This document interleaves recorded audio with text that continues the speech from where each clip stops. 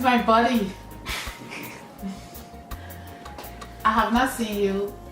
Yeah, for like a year? A year. A year and a half, something. Why don't you tell my people? My people are your people. You think my people are your people? Okay, if my people are your people, why don't you tell my people who you are? And what drew you here? Hi everyone, my name is Terrence Kings and I'm the CEO of the Face of Humanity Canada. So it's a privilege to be here and to meet the African queen herself, Eudora. So I've not seen her for like a year and a half now, but like it's always nice to meet her again. And she's been a great supporter of everything that I do, and I'm happy to be here, just to be with her. Happy to see you too. This Face of Humanity started last year. We had a lot of obstacles on the way, and you know what I know about obstacles, right? Obstacles are not there to hold you back. You know that, right? Very true.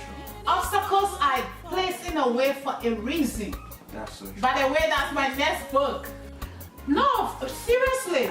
Because here is this paper here, right? Yeah. It is in my way, and I have to go. What do I have to do with that paper? I move it. Then I will walk, right? And the way is free. That's true. That's obstacles. So everything that happened last year to stop Miss Face of Humanity from happening, we were able to move things from the way. Miss Face of Humanity, how did it come about? Well, that's a great question. First of all, Even though I know. so first of all, for those that are not aware of what Miss Face of Humanity is all about, it's just one of the projects that is being organized and run by the Face of Humanity Corporation. And so basically, the way it came about is very easy. We have a lot of issues in Canada, especially issues that has to do with women abuse and violence, and also issues that has to do with a lot of injustice and discrimination. Yeah. So we felt like we should be able to give a lot of youths a platform, a voice, because most of the people that are going through all these things are youths, and we feel like they are not just the future and they are not just the backbone, but they need to understand why they go through certain things that they go through. And more importantly, they need to have a platform that gives them self-confidence, self-awakening, and self-awareness. Can I come in? I want to know, where does God fit in all of this? I am a God-fearing person, and I usually say it is not everyone that come and say, I am Christian who are Christian. I am Buddhist who are Buddhist. I'm a Hindu who are Hindu. So sometimes we talk. Words are very powerful. I believe in words. But sometimes we take words so lightly. And the words we take lightly affect our life. So but having God in the mix of any situation, any challenges, make things to turn around faster. Yeah. First of all, our team is built on Philippians 4:8. And so, it's very important that there is no Miss Face of Humanity without God. And when you're talking about abuse and violence, these are not just normal things. These are things that depict the society. These are things that lessen self-confidence. These are things that make people wonder for years, looking for who they are. Trauma. And trying to, it's like a traumatic state, right? Yes, where you don't know who you are anymore if you've witnessed abuse, any form of abuse. It could be emotional, it could be physical, it could be psychological, whatever it is. These are things that brings down your self-confidence. We can't talk about love without God. True. Because the love we're God talking is about love. is God. And He created, any yes. love that is not from God is human love. It's human love. And human love has limits. But how can we actually love human love? Human love is loving me, right? But actually, I can love God when I cannot love me. It is impossible to even love me and not love God. God is love, and God resides in us. When you say I am, the great I am that I am, who have like shown you this vision. So if you can love yourself, you are loving God within yourself. You are able to love Julian and giving her a chance to say, you know, Julian, You are beautiful. I want you to stand up for misfits of humanity. That's love. That's very important. But one thing that we do say is this: you have to understand how much God loves you before you can love yourself and transmit love to other people. Of course. And just understanding how much God loves you as an answer to so many questions. Yeah. I always read the Bible. I have a very great quote that I always walk with all the time. How can you show love to one another when you've not understood how much God loves you? But you know what? I didn't want to bring the Bible in this now. It was just one tiny thing. It's not about the Bible. I'm talking about God now. You understand? So let's save this conversation for another time. But if we're talking about love, most people misquote this. Love your neighbors as you love yourself, or love, you understand? And I often say, how can you love your neighbor when you do not know how to love yourself? It can't work, because how can you love somebody when you don't love yourself? When you don't even know what love is. It can't work. So you see? Yeah, it can't work. So but let's save that for next time. So please come out and have fun. Misfits of Humanity Canada 2017. It will be fun. It will be great. And come and participate and join us, because this is going to be annually every year. August, we will be hosting Misfits of Humanity. A lot of talent out there, wherever you are. If you feel like you've been through certain things and you don't know how to start your life, we have an open policy, and we're inviting you all to come out for the Misfits of Humanity Canada. And you can check it out on Facebook, on Instagram, Misfits of Humanity Canada. Second season of Misfits of Humanity taking place on the 11th of August. We're barely like less than 6 weeks to the show.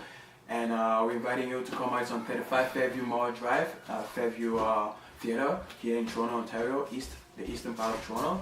And we'll be happy to have you all. So thank you very much, and also thank this great woman. I see something here, the wind of change, and everywhere in this room I just see of change. Of course, change.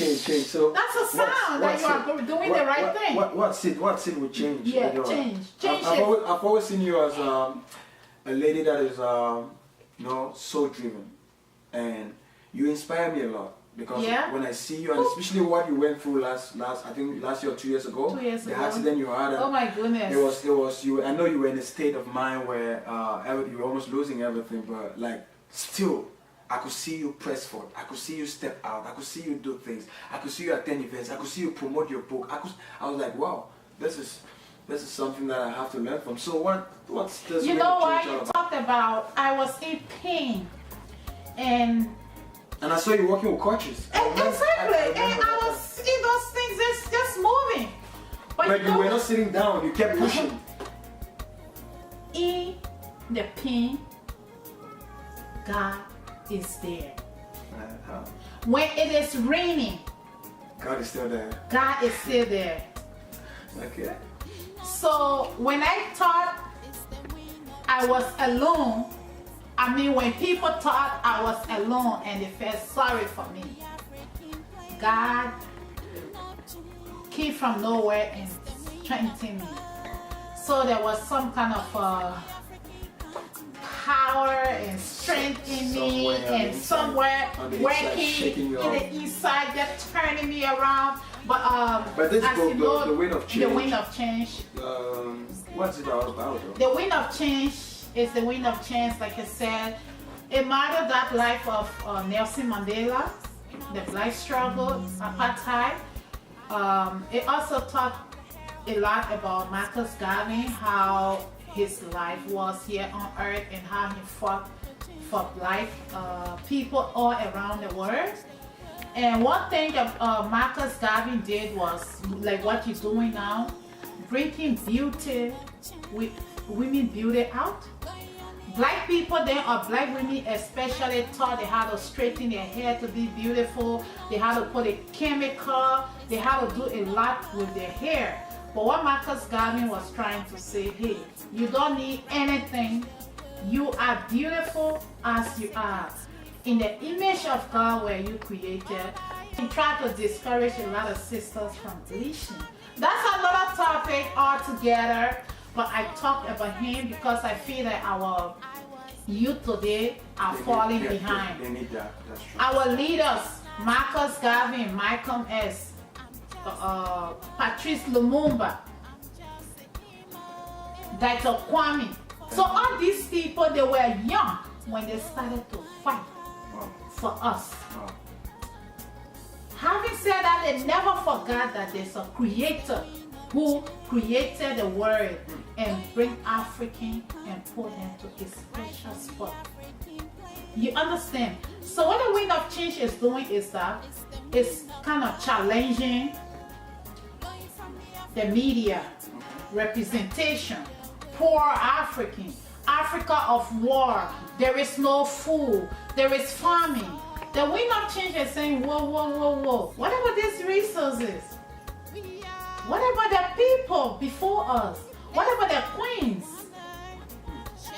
And the wind of change also tried to talk about Africa in a way that no one can understand Africa, and people do not really want the media. That's true. It does not want to understand Africa that way. That's true. That's true. The gender, the wind of change tried to also speak about gender in the sense that Africans, women were leaders before colonization, before slavery. They were queens. Wow. Wow. And actually Africa can unite. So we are good. That's what the wind of change is about. Wow. Try to get and a beautiful love story. You know, I just like it's a novel. I just like this book, and I do encourage everyone out there. You know, it's always nice to have knowledge on diverse topics. So, but one thing I do say is this is a great book. This is a great piece, and trust me, you getting this book and just dissecting every content that is in it, you'll be proud to have this book, because this is an amazing lady, and she's been fighting so hard for justice, fighting so hard for women, especially women that have been through abuse, and with all what the media is trying to post out there, trying to deceive a lot of young girls, she's fighting against that, and trust me, you will not regret getting this book. So I do recommend you to get this book, and I also do recommend you to always visit her website, every piece of information you need. And if you want to see her face to face, there's so many events. So for the next 2 months, which are some of the events you're doing? So if people want to see you or want to come meet you, so Misfits of Humanity, of course, this wave event happening at Young University, Kill Campus, Funders Building, 25th of July, that's just in 2 weeks. I will be there, and of course Kilimanjaro radio station is hosting the award show, and AE Award, African Entertainment Award, I will be there. There are a lot of things happening. I'm also coming up with something, you know.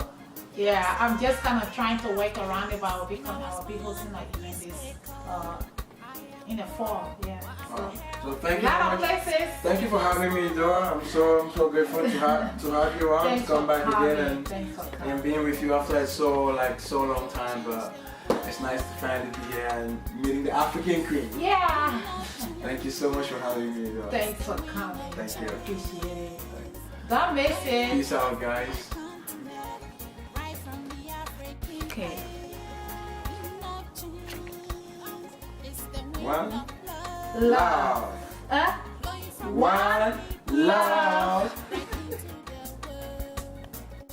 You persecute me for my color, but I am